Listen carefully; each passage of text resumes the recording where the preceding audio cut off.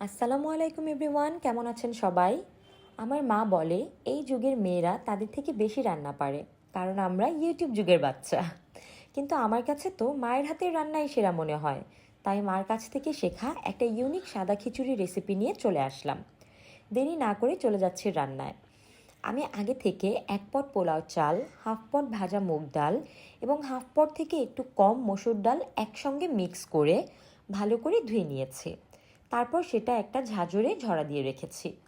এদিকে একটি কড়াই বসিয়ে কড়াইতে 2 টেবিল স্পুন অয়েল এবং হাফ টি স্পুন ঘি দিয়েছি। হালকা গরম হয়ে আসলে দিয়ে দিচ্ছি 1 কাপ পেঁয়াজ কুচি।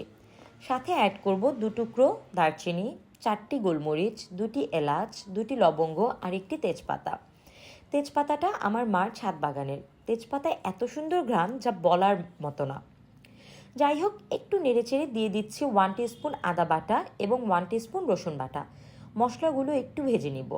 আর অন্যদিকে আরেক চুলায় গরম পানি বসিয়ে দিয়েছি, কারণ খিচুড়িতে গরম পানি ইউজ করব। পেঁয়াজটা আমি লাল করব না, লাল করলে খিচুড়ির কালারটা ধবধবে সাদা থাকবে না। এই পর্যায়ে দিয়ে দিব ঝরিয়ে রাখা চাল ডাল। চাল ডাল কিছুক্ষণ ভেজে নিব। যখনই কড়াই থেকে শনশন শব্দ হবে বুঝতে হবে ভাজা হয়ে গেছে। ঠিক তখনই অ্যাড করব গরম পানি। পানির রেশিওটা আমি যেভাবে দিই সেটা বলে দিচ্ছি।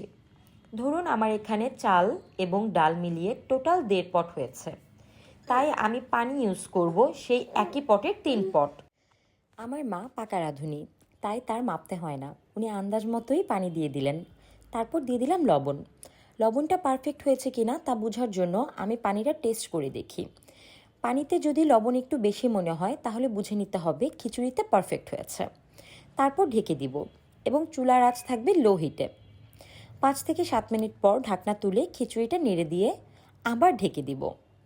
ঠিক 5 মিনিট পর ঢাকনা তুলে দিয়ে দিব 1 টিস্পুন ঘি এবং 5টা আস্ত কাঁচামরিচ।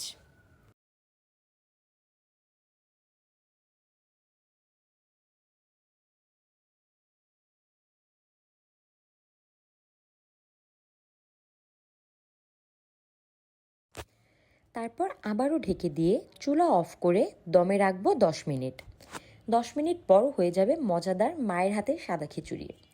এই খিচুড়িটা আমার এবং শাহরিয়ারের এত পছন্দের যে আমরা এটা তরকারি ছাড়াই অনেকখানি খেয়ে ফেলি, আলহামদুলিল্লাহ। যাই হোক এভরিওয়ান, ভালো থাকবেন সবাই। আল্লাহ হাফেজ, স্টে গুড।